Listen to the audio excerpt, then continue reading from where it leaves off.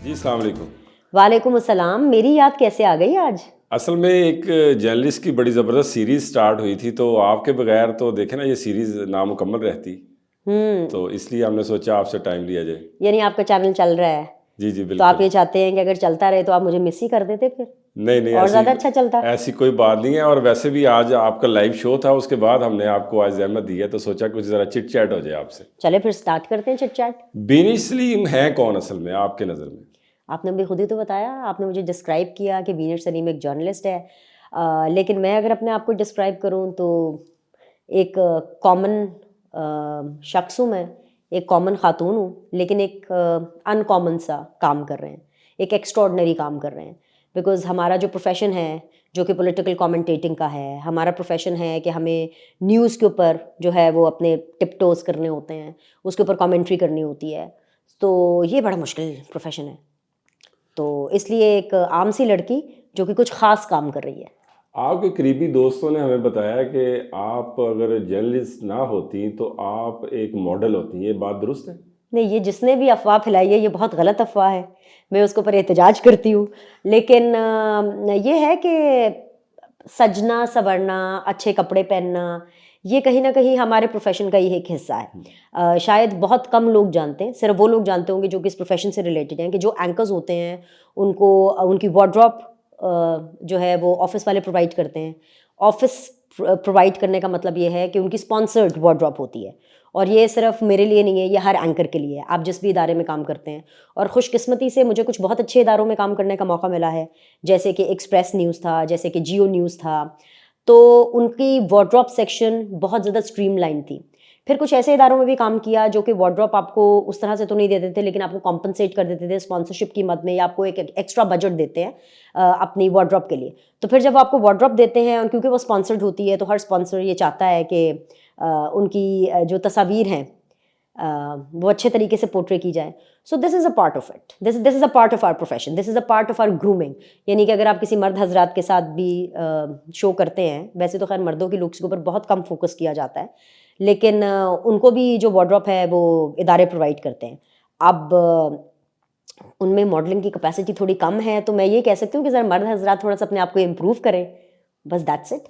सो ये इस वजह से, वरना अदरवाइज नहीं। स्पोर्ट्स जर्नलिस्ट से अचानक प्राइम टाइम की एंकर और करंट अफेयर्स के प्रोग्राम्स, ये सफ़र कैसे शुरू हुआ और यहाँ तक कैसे पहुँचा? आई ऑब्जेक्ट मिलॉट, मेरा ऑब्जेक्शन है। ये जो आपने कहा ना एकदम, ये एकदम नहीं था। इट टुक लाइक 15 ईयर्स, 15-16 साल के, शायद उससे भी कहीं ज़्यादा। बिकॉज जब मैं यूनिवर्सिटी में पढ़ रही थी तो बीएनयू में, जी, बीकन जी। हाउस नेशनल यूनिवर्सिटी से मैंने अपनी बीए ऑनर्स किया है। और जब मैं यूनिवर्सिटी में पढ़ रही थी तो उस टाइम पर टेलीविज़न का बूम चल रहा था। एक्सप्रेस न्यूज़, दुनिया टीवी लॉन्च कर रहे थे और इनको जो है नए लोगों की तलाश थी। और क्योंकि मैं लाहौर बेस्ड थी तो लाहौर के अंदर इनको एंकर्स भी चाहिए थे, इनको रिपोर्टर्स भी चाहिए थे।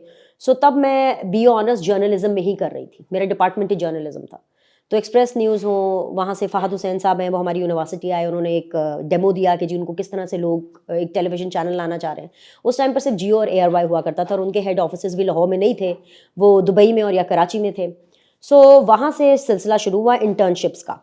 और फिर वहाँ से करते-करते जॉब मिलना शुरू हो गई और फिर वहाँ से रिपोर्टिंग से आगाज़ किया, क्योंकि क्रिकेट का तब बड़ा पैशन होता था और क्रिकेट उस टाइम पे पाकिस्तान में हुआ भी करती थी। तब श्रीलंकन टीम पर अटैक हुआ नहीं था। सो मुझे शुरू से ही रिपोर्टिंग का शौक था। लेकिन जब एंकर बनी तो फिर पैसे अच्छे ज़्यादा मिलना शुरू हो गए। तो मैंने कहा हम रिपोर्टिंग प्लस एंकरिंग दोनों कर लेते हैं ताकि पैसे भी अच्छे मिल जाए। और वो जो फ़ील्ड की थोड़ी-सी एक ठरक है कि एक वो जो आपको एक एक रह जाता है कि यार फ़ील्ड में जब आप जाते हैं आपके कॉन्टैक्ट्स बनते हैं बहुत ज़्यादा। तो थोड़ा-सा वो भी बेहतर हो जाएगा। सो ये एकदम जर्नी नहीं थी।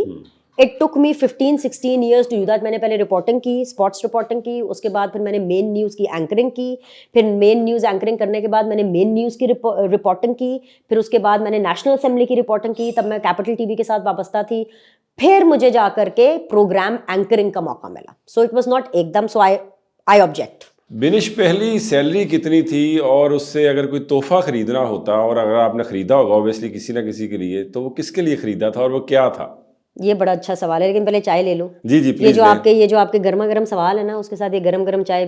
तो पेट पूजा बहुत ज़रूरी है, स्नैक्स का ख़्याल रखना बहुत ज़रूरी है। मेरी पहली सैलरी क्योंकि इंटर्नशिप की सैलरी थी, तो वो द पोस्ट था, खबरें ग्रुप ऑफ न्यूज़पेपर का अंग्रेजी एक न्यूज़पेपर था, उसके लिए मैंने जब इंटर्नशिप की थी तो इंटर्नशिप में मेरी 12,000 रुपये सैलरी लगी थी। तब अदनान साहब होते थे, अदनान शाहिद, अब वो इस दुनिया में नहीं है, अल्लाह जी ताला जी, उनके दर्जात बुलंद आमीन फरमाए। आमीन।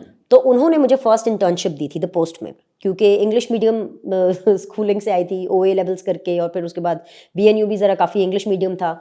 तो इंग्लिश मीडियम उस टाइम पर 2006 में 2007 में बड़ा इजी लगता था, और तब 12,000 मिलते थे। लेकिन जो फर्स्ट जॉब थी वो एक्सप्रेस की थी, लेकिन एक्सप्रेस में भी मैं अभी अंडर ग्रेड थी, और एक्सप्रेस में हमारी 1 साल पूरी ट्रेनिंग हुई। तो तब एक्सप्रेस ने 25,000 रुपये पे रखा था, और फिर जब एक्सप्रेस लॉन्च किया तो परफॉर्मेंस बेस्ड और वो सैलरीज भी डबल हो गई, और फिर हम टेलीविजन फेस बन गए, तो फिर उस हिसाब से हमारी सैलरी को मैच किया गया। एंड आई स्टिल रिमेंबर जो फर्स्ट सैलरी ऑन जॉब थी, नॉट इंटर्नशिप, वो एक्सप्रेस न्यूज़ में 70,000 थी। और तब 70,000 भी बहुत ज़्यादा लगते थे, क्योंकि तब हम स्टूडेंट होते थे, तो घर की फीस, घर का पूरा खर्चा वो तो फैमिली मतलब करती थी, मेरी मदर करती थी सारा कुछ। और जो पहला जो तोहफा लिया था वो मैंने अपने आप को ही दिया था। मैंने अपने आप को एक जिम मेंबरशिप गिफ्ट की थी कि I should go to the gym, और मुझे अपने आप को फिट रखना चाहिए, बिकॉज टेलीविजन उस टाइम पे वैसे मैं बहुत पतली होती थी, लेकिन आपको कैमरा हमेशा 10 पाउंड्स हेवियर दिखाता है, बताता है। तो कैमरे से दोस्ती करनी थी उमर उस टाइम पर, क्योंकि तब हम कुछ भी नहीं थे। तो जहाँ ज़बान सीखनी थी, जहाँ न्यूज़ सीखनी थी, जहाँ रिपोर्टिंग सीखनी थी, वहाँ कैमरे को भी अच्छा लगना ज़रूरी था। अब हम कंफर्टेबल हो गया, अब वज़न बढ़े कम हो, जिम शिम करते रहते हैं, लेकिन अब वज़न की इतनी टेंशन नहीं लेते। तो मेरा पहला गिफ्ट अपने आप को ही था, और वो एक जिम मेंबरशिप थी। दूसरा गिफ्ट मैंने अपनी मम्मी को दिया था, और वो मुझे याद नहीं है, लेकिन आई थिंक सो शायद कुछ कपड़े लेके दिए होंगे या समथिंग, लेकिन मुझे इतना याद नहीं। लेकिन आई नो कि the only person I spend money on is my self and my mother. 3 ऐसे नाम जो आपके मीडिया के बेस्ट फ्रेंड्स हों, और 3 ऐसे नाम जो मीडिया के ना हों लेकिन आपके बेस्ट फ्रेंड्स हों। इन 6 लोगों के नाम बताएं हमें। कितना गंदा सवाल है, मतलब लड़ाई करानी है मेरी सारों से। कोई बात नहीं, बताएं। अच्छा, सीधी बात करनी है, जी क्योंकि जी, देखिए मैं सीधी बात का सीधी शो बात करती हूँ। बिनिश के साथ। सीधी बात बीनिर सलीम के साथ मेरा कॉपीराइट है, और मैं सीधी बात ही करती हूँ। तो सीधी बात यह है कि मीडिया में कोई आपके बेस्ट फ्रेंड्स नहीं है, ठीक है। कोई बेस्ट फ्रेंड्स नहीं है। मेरी अच्छी इक्वेशन है सबके साथ, आई होप सो, ओके, मेरी अब इज्जत रख लेना, जो लोग सुन रहे हैं मेरी कोई बुराई ना करे। आई थिंक सो कि मेरी अच्छी इक्वेशन है सबके साथ, बट दोस्ती नहीं है, because at the end of the day we all are professionals, और कहीं ना कहीं हम कॉम्पिटिटर्स भी हैं। सो इकट्ठे उठना बैठना आप लोग के साथ होता रहता है।